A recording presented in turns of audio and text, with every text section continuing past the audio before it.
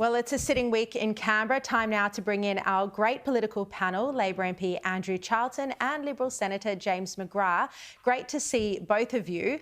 Now, let's start with one of the big stories of today, data showing that Australia is about to experience its biggest two-year population surge ever, an extra 650,000 migrants this financial year.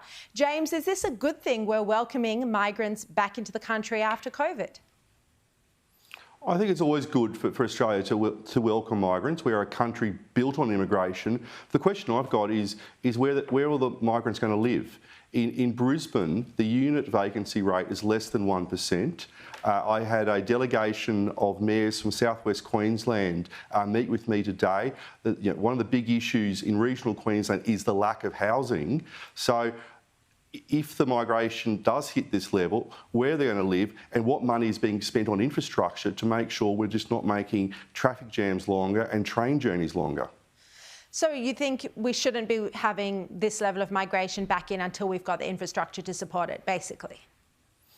Well, I think you need to make sure if you are going to have high levels of migration, you need to make sure that you have the infrastructure to support it. Okay. Otherwise, our cities are going to become more congested. And where people are going to live? Housing is so expensive at the moment for people already in Australia. Yeah. I think it's important that we do have migration, but that it is at an appropriate level.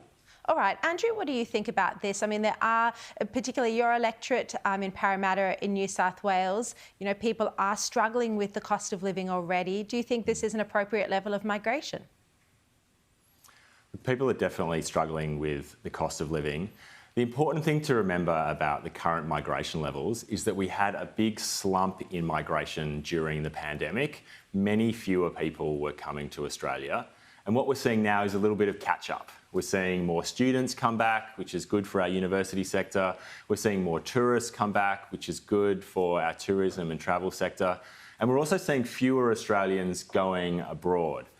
And so this is a bit of a catch-up from the pandemic. But the thing is, even with all of this catch-up, we still won't be back to the level of migration and population that was forecast before the pandemic. Even this catch-up won't replace all of the migrants that we lost during the pandemic. Yeah, and I know a lot of restaurants and other retailers are really struggling with getting paid staff to keep their businesses running.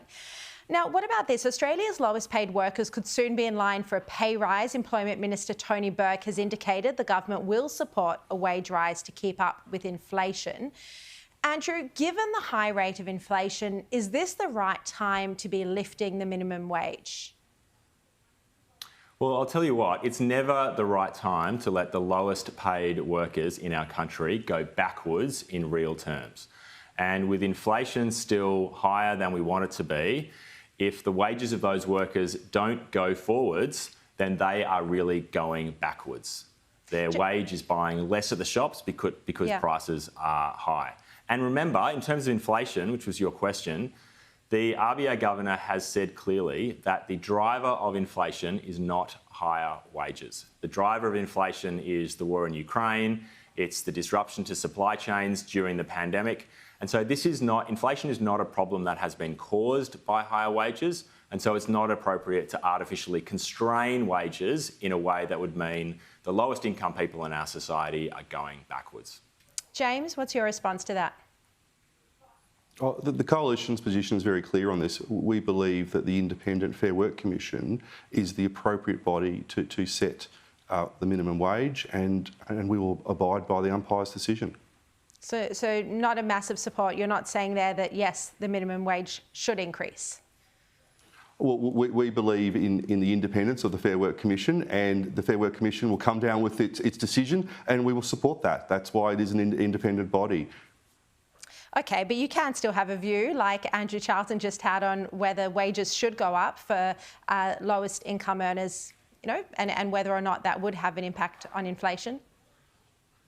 Yeah, and my view is a pretty simple one, that the Independent Fair Work Commission is the appropriate body to make that decision. I don't think it's the role of the opposition to give gratuitous advice at this point in the economic cycle to the Fair Work Commission. Okay. Andrew Charlton, your colleague, Treasurer Jim Chalmers, had talks with US Treasury Secretary Janet Yellen, also with European Central Bank head Christine Lagarde about the issues facing the Northern Hemisphere banking system. Deutsche Bank, the latest to wobble. How worried is the Labor government about a banking crisis? Well, people who are looking at the unfolding crisis in the US banking system need to know one thing, and that is that the source of that crisis was Donald Trump's decision to wind back the banking regulation and supervision that was added after the global financial crisis. That was the Dodd-Frank Act, and Donald Trump wound that back for precisely the types of smaller and regional institutions that are now getting into trouble. That was a terrible mistake. It failed to learn the lesson of the global financial crisis, and people in Australia should be comforted that we haven't done that. We did learn those lessons. We did introduce stronger banking regulation and supervision, and our supervisors are doing a good job at ensuring that our banking system is stable, and we continue to believe that it is. So even if there is a continuing banking crisis or financial institution crisis overseas, you're confident we'll be fine here? I'm certainly confident that Australia's banks are in a much better position. They are much better capitalised. They are much better regulated than the US banks. Now, of course, there are lots of institutions, and for that matter, individuals, who are struggling at the moment because we have had a period of the lowest interest rates in 500 years, the cheapest money in 500 years, followed by an unexpectedly sharp rise in interest rates. So that means that there is a lot of pain right through the economy. We see it in mortgages, we see it in the corporate sector, we see it in the banking sector, but people need to be confident that our banks are well regulated and well capitalised. And already Westpac, as an example, has possessed 200 homes from families. James McGrath, do you think the RBA should pause rates next week, given inflation is at 6.8% today, so it has come off a bit? I was going to start by agreeing with Andrew. I know you probably want us to have a bit of controversy agreeing here. Agreeing with him on blaming Donald Trump for the banking crisis? No, just let me finish, please. Yep. In terms of, I do think Australia has a very strong banking system, a very appropriately regulated banking system, and I think that your viewers should be full of warmth to know that the banking system in Australia is probably the best in the world and is appropriately regulated. In relation to what's going to happen with interest rates, look, the Reserve Bank is independent, and the last thing the Reserve Bank needs is people like myself throwing peanuts at them from the peanut gallery, saying what they should do in relation to interest rates. The Reserve Bank will make an appropriate decision in relation to where they see inflation is going and what they see the federal government is doing in terms in relation to its own levers. The RBA review, Andrew, is coming out on Friday. Do you expect that it is going to recommend tangible outcomes that will help with accountability and transparency for the decisions, and even not only the decisions, but for the statements the RBA governor makes that can influence whether people are, borrowing a lot from the banks?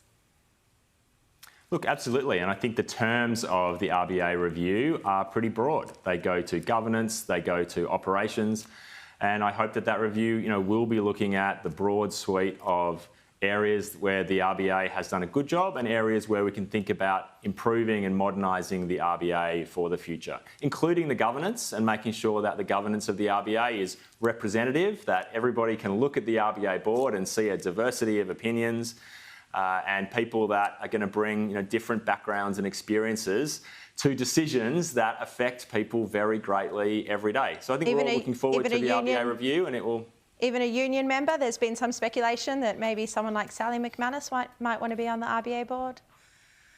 Well, look, I'll leave that speculation to the review, but from my perspective, having a diversity of views on the RBA board would be a welcome thing for most Australians. All right. Andrew Charlton, James McGrath, thank you both so much for your time.